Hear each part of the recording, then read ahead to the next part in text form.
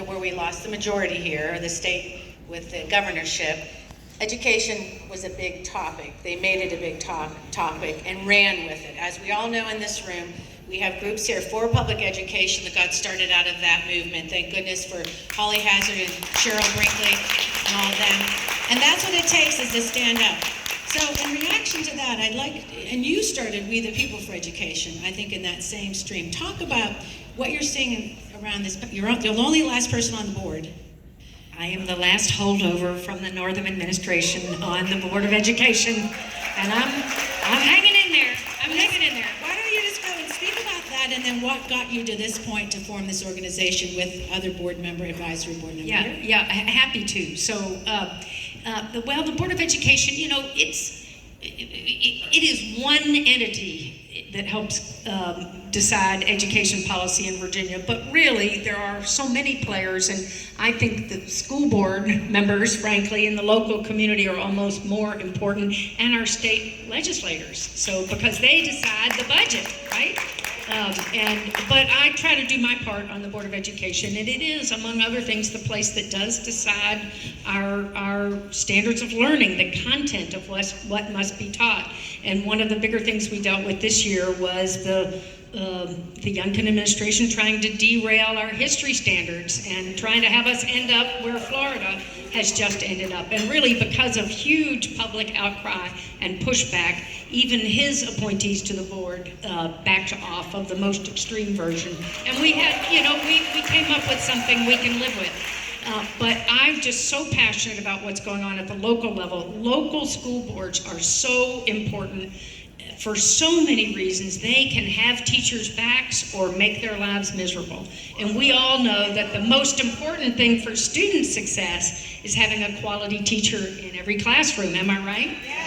And this whole notion that it's parents against teachers is just crazy. I mean, we all know teachers are eager to have parents involved in their education from the get-go, and always have been. So I'm really excited to have helped start We the People for Education to fight for great school board members who can support great educators across Virginia. Raise your hand if you're a school board, or raise your flag, get out your flag. If you're a school board member, let's see you wave it. Or candidate. Or a candidate.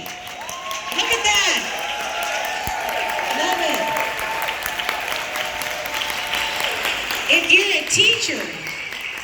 a teacher, wave that flag. Holy moly!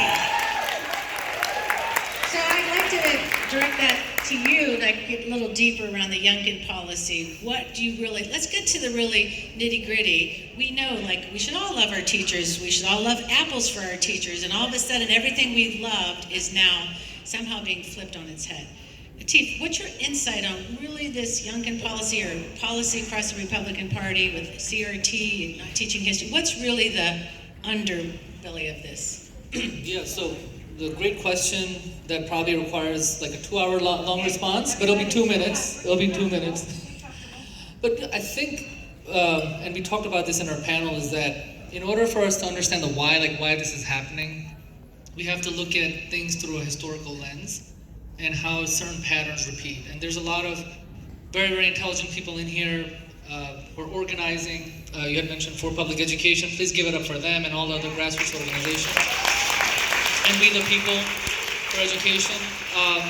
So they're really looking at the historical perspective, and then also trying to understand that what's happening in other states. And I would also urge people to see what happens globally, because the folks who have a lot of privilege and a lot of power, generally speaking, when there is change that is good, meaningful, and tries to include others, there is an otherizing that happens.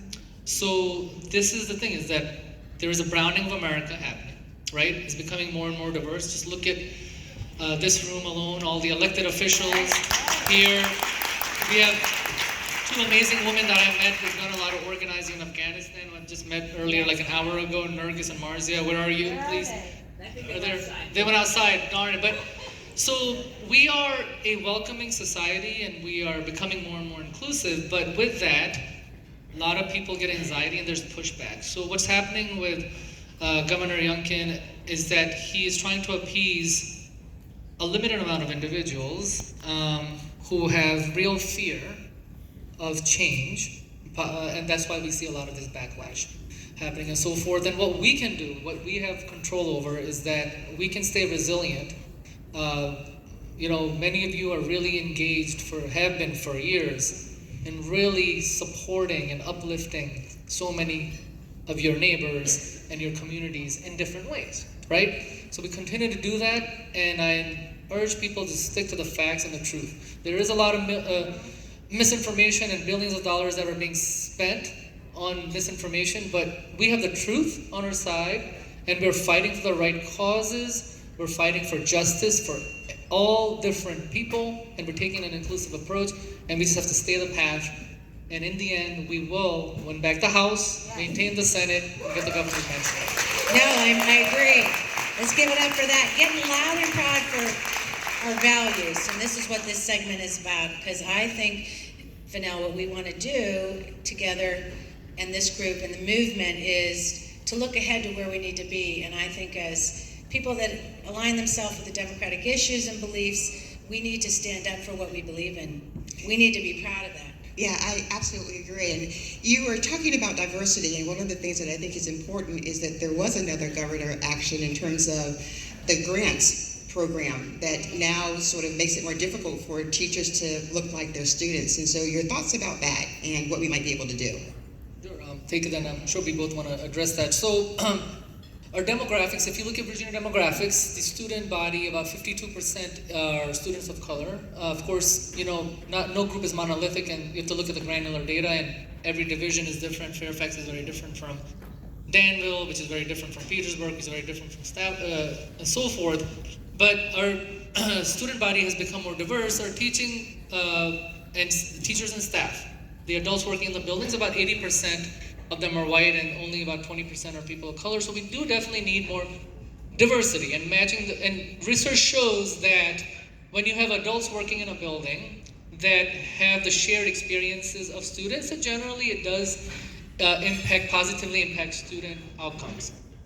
And that is something that there was a bipartisan consensus on. That is why during the McAuliffe administration, there was a really robust plan that was put out by Secretary Holton and then Governor McAuliffe to look at teacher licensure and really expand that, including, there are teachers who are fully licensed and there's provisional licenses. Resources were put in place and to really diversify the pipeline of teachers. And then we picked up the baton and built on that during the Northam administration. So there's a recent effort to roll back on the grant funding, specifically that was going to help recruit more teachers and more teachers of color to come into the profession. It goes against a lot of bipartisan work that happened, and it really goes against our inclusive principles and Virginia being loving and welcoming for everyone. So it's again one of many things that the Governor Youngkin is trying to roll back on, which is regressive. Go ahead, Ann, please follow up on that. We need more teachers. We need more brown and black teachers. It's hard to get licensed. It takes money to take and pass these tests. Black and brown people don't have as much money. 8-to-1 wealth gap in our nation. That's improved from the 20-to-1 that it used to be. But so what an obvious solution that you helped make happen, this grant program and the administration, even though they say they care about teacher shortages, not spending the money that's been allocated. And I will just say that I think one of the biggest things we can do is not let them distract us from the important issues. Yes. And the important issues in public education right now are teacher shortages. How do we get a quality teacher in every classroom? And absolutely the biggest part of the answer on that is the state budget and the education budget that the Democrats in the Senate have put forward, and that the Democrats in the House would support if and when we can take back the House. Is a huge step in the right direction for public education. Well, that's the real prize we need to be focused on. And it's also infrastructure. And we know Dustin is here from rural Virginia, and I went to a school board meeting on Zoom back in Zoom days, and it was the buildings are crumbling in rural Virginia. And in urban. Not just in rural Virginia, thank you for that follow, but I think, and then recently with the budget even pulling back, we saw the Republicans taking money recently out of any kind of spending on these things. So for that in Virginia, what I'd like to talk about to both of you, how do we get louder about it? Because Youngkin's doing this quietly. He's doing a lot of shit, isn't he? But he's doing it quietly. He's pulling the LGBTQ mental health services off his website. Quiet. So how do we get loud, Ann, and then Atif? Well, we have to get loud by talking facts and sense, and we do have to figure out how to talk to the folks in the middle. So, we may feel like we understand all of these issues from our perspective, but we have to figure out how to help people who are swing voters, especially suburban women, are going to determine these elections, right? Help them understand that that our candidates are the ones who really care about education, who want to fund education and support teachers and support parents and teachers working together. And so I think we just have to work really hard to stay on message and to not get distracted, and we just have to work harder and harder. It's absolutely a matter of knocking on doors and spending money and spending it wisely and effectively in the races that matter.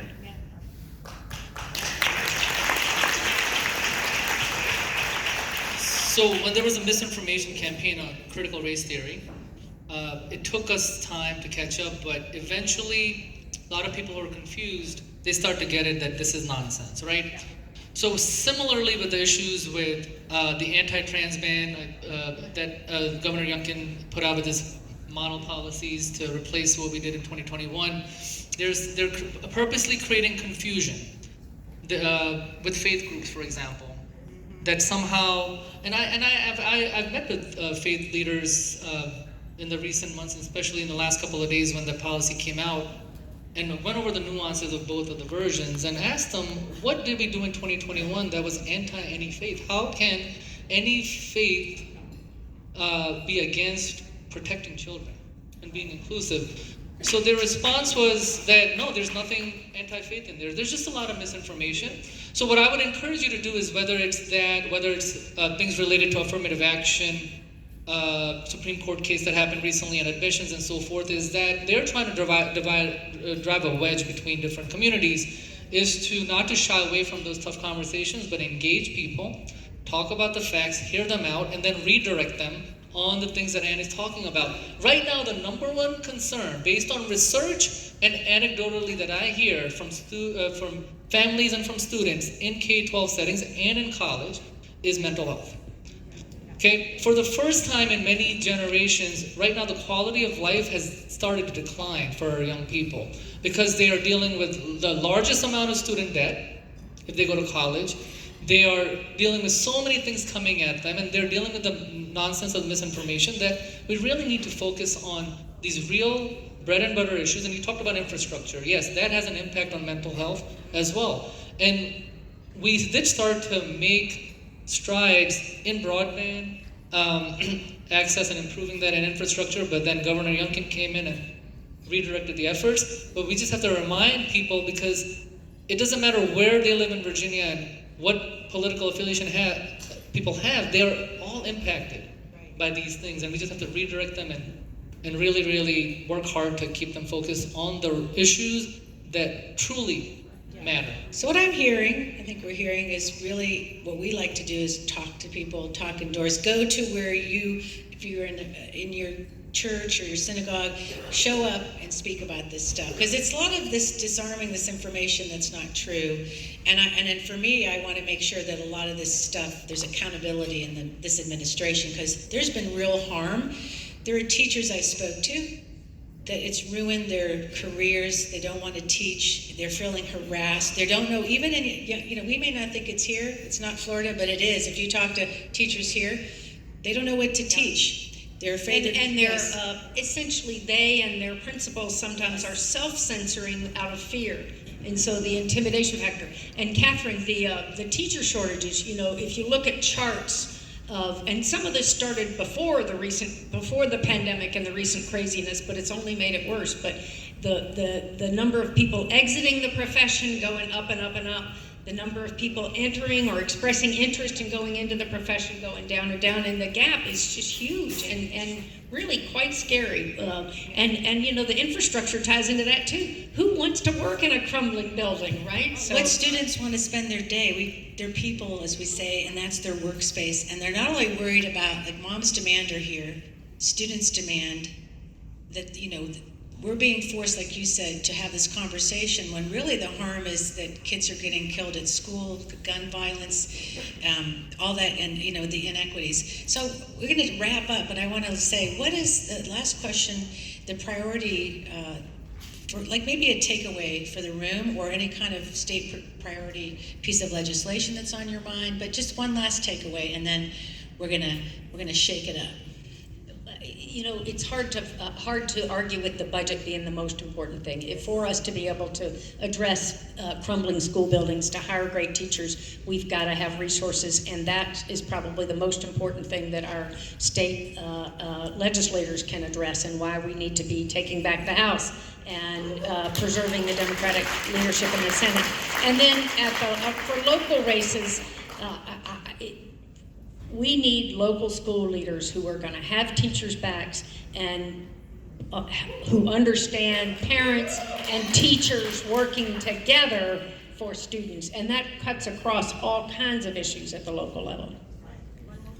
Yeah, so I think more importantly, compared to a legislation, because we have legislative solutions. In 2019, when we had the trifecta of Democrats, there was a lot of progress made, right? There was a record amount of investments, and teacher shortage went from about 1,100 positions to about 700 or so right before the pandemic. So we saw the needle move significantly just in 2 years, and I truly believe that we can make the needle move again. But in addition to winning back the House and the Senate and the governor's mansion in 2025, these local school board races and talked about this, emphasized this, is that what I would encourage you, a lot of people in this room are very influential people that have influence on candidates running. You have influence on your state senators and delegates. If you can encourage them to do really a lot of good organizing with local candidates, because oftentimes school board races get neglected, and we need to win down the ballot across the state